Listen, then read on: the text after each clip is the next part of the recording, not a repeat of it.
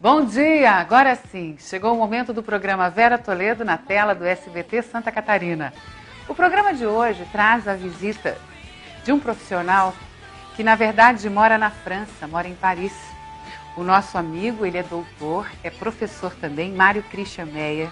Ele é fundador e presidente do Programa Internacional de Salvaguarda da Amazônia. Essa preocupação lá de fora é grande com a Amazônia aqui no Brasil. E eles estão certos, né? A gente sabe que a Amazônia se tornou mesmo o pulmão do mundo. E hoje nós vamos estar conversando com um expert no assunto, com o Dr. Mário, que vem trazer informações seríssimas, atualíssimas para a gente. Informações que muitas vezes nós mesmos, conterrâneos, né? Moramos aqui no Brasil e não estamos por dentro.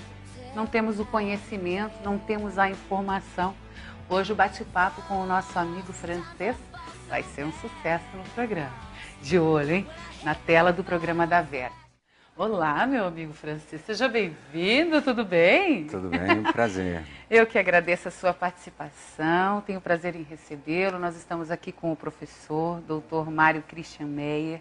Ele que é fundador e presidente do Programa Internacional de Salvaguarda da Amazônia, Mata Atlântica e Ameríndios para o Desenvolvimento Sustentável, isso em Paris, na França, em parceria aí, né, fantástica com uma financeira, a Unesco, que desenvolve um trabalho muito interessante com a preocupação em relação à vida. E a gente receber aqui você em Santa Catarina é um privilégio, muito obrigada, viu? Aliás, não foi... é meu de estar consigo. Maravilha, Mário. Me diga uma coisa, doutor. Quantos relatórios, quantas pesquisas, quantas visitas à Amazônia aqui no Brasil você já desenvolveu? Você tem ideia? São muitas. Muitas? Eu creio que umas 30 missões. 30 missões? São missões que se desenvolvem, em parte, junto às instituições governamentais, instituições científicas, mas principalmente, diretamente nas comunidades indígenas com as quais eu trabalho. Diretamente com essas comunidades indígenas. Exato. E dessas, já tem quanto tempo que você está fazendo esse trabalho? Você se apaixonou pela Amazônia? Meu primeiro contato com a Amazônia foi em 81. 81? Retornando de uma especialização dos Estados Unidos, Universidade de Washington. Sempre adorei a Amazônia, sempre quis conhecê-la, mas de forma mais pragmática e mais sistemática faz uns 15 anos aproximadamente. 15 anos. Muita mudança na nossa Amazônia nesses 15 anos, doutor Mário? Sim, sem dúvida. O desmatamento aumentou bastante, não é? Hoje existe o perigo de um avanço das culturas de soja, não é, que vão do sul para o norte. A mineração também, a mineração selvagem, que é a mais algo seríssimo difícil, também, não é? né? Que é a mais agressiva para o meio ambiente, principalmente a mineração do ouro, não é? Porque na Amazônia não são pepitas, são palhetas de ouro. Então, para amalgamar as palhetas de ouro, você tem que utilizar o mercúrio.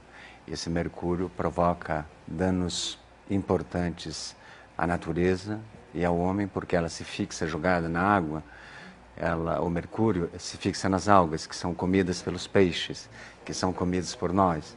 Então, toda a cadeia da alimentação fica atingida e a vida fica atingida. Nossa, a gente tem visto um trabalho muito sério aqui no Brasil, fora dele também, exemplo disso o trabalho que o nosso doutor Mário apresenta, mas a gente sabe que, infelizmente, parece que se fala, mas o que a gente percebe com muita seriedade são cenas como essas, ó, como essas imagens que nós temos aqui para apresentar para você. Essa degradação seríssima com a nossa Amazônia. E isso eu imagino nesses últimos 15 anos o que você não viu, né? Exato. Que você não traz nos relatórios. Aliás, esse é um dos trabalhos que você entregou. É um dos relatórios que eu fiz para a Unesco, não é? Uhum. Nações Unidas, com o objetivo de se identificar quais são, fazer um inventário geral da riqueza, da biodiversidade da Amazônia e da riqueza do conhecimento ancestral das populações nativas, os índios, principalmente na área das plantas medicinais, posto que, como você bem disse, muita coisa foi feita, muitos papéis, muitas recomendações diretivas, mas, infelizmente, muitas dessas proposições ficam no papel.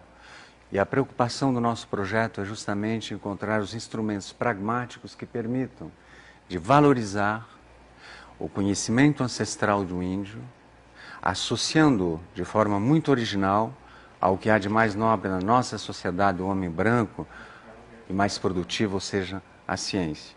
Então, transferência de tecnologia adaptável à cultura indígena para que o índio possa participar do processo de valorização dos recursos genéticos da Amazônia, que são os mais importantes do mundo. Então, é um casamento entre o conhecimento do passado, de respeito da natureza, a tecnologia de ponta, com o objetivo de criar os novos bioprodutos, os futuros medicamentos ou dermocosméticos, nutracêuticos, etc. E principalmente para que a população nativa ela possa beneficiar-se disso, posto que é a que primeiro conheceu esse princípio ativo. E isso até agora não acontece mesmo, né?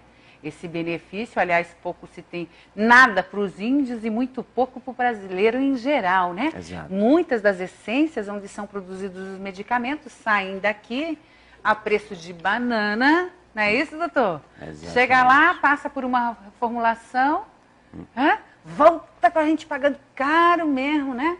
E os índios que têm aquela receita direta, não tem nem o benefício do negócio. Só que para isso acontecer, precisa ter gente forte e inserida com o projeto, né? Claro. Querendo realmente que aconteça, né? Claro. O que você acha? A coisa mais importante nesse processo para que o índio possa participar do que a gente chama hoje de Equitable Benefit Sharing, a partilha dos benefícios de forma equitativa. A coisa mais importante é justamente o comprometimento das autoridades, do governo, não é?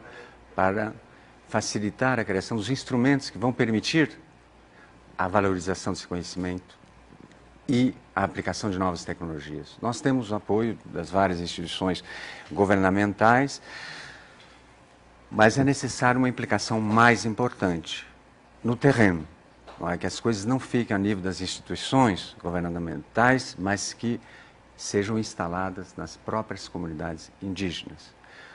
A outra dificuldade importante é a articulação entre o mundo da academia, que é um mundo do saber muito sofisticado, e o mundo da natureza, do conhecimento empírico do índio, porque são duas realidades muito distintas. Então, nós temos que fazer um trabalho muito forte sobre a mitologia ameríndia, porque é na mitologia ameríndia que se encontram as receitas, entre aspas, não é? A forma de como utilizar as plantas, qual é o procedimento, não é?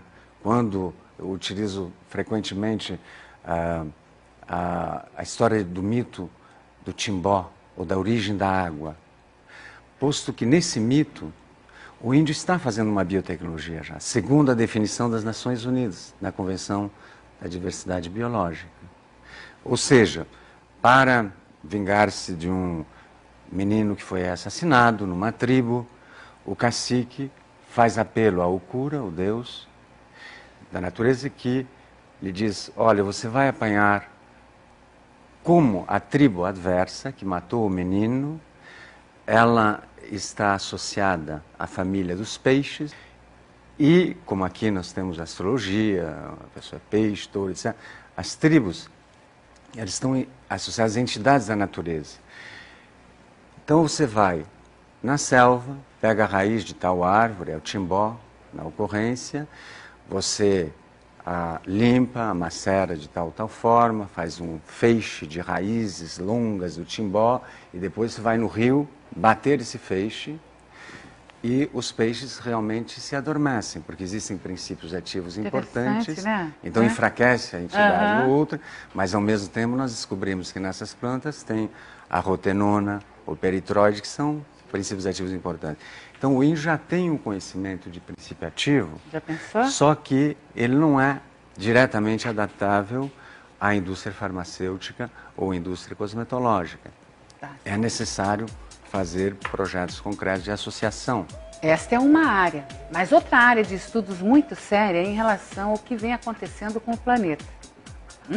Ciclones, tempestades, questões sérias. Mas sobre esse assunto a gente conversa daqui a pouquinho, depois do intervalo. Instante só.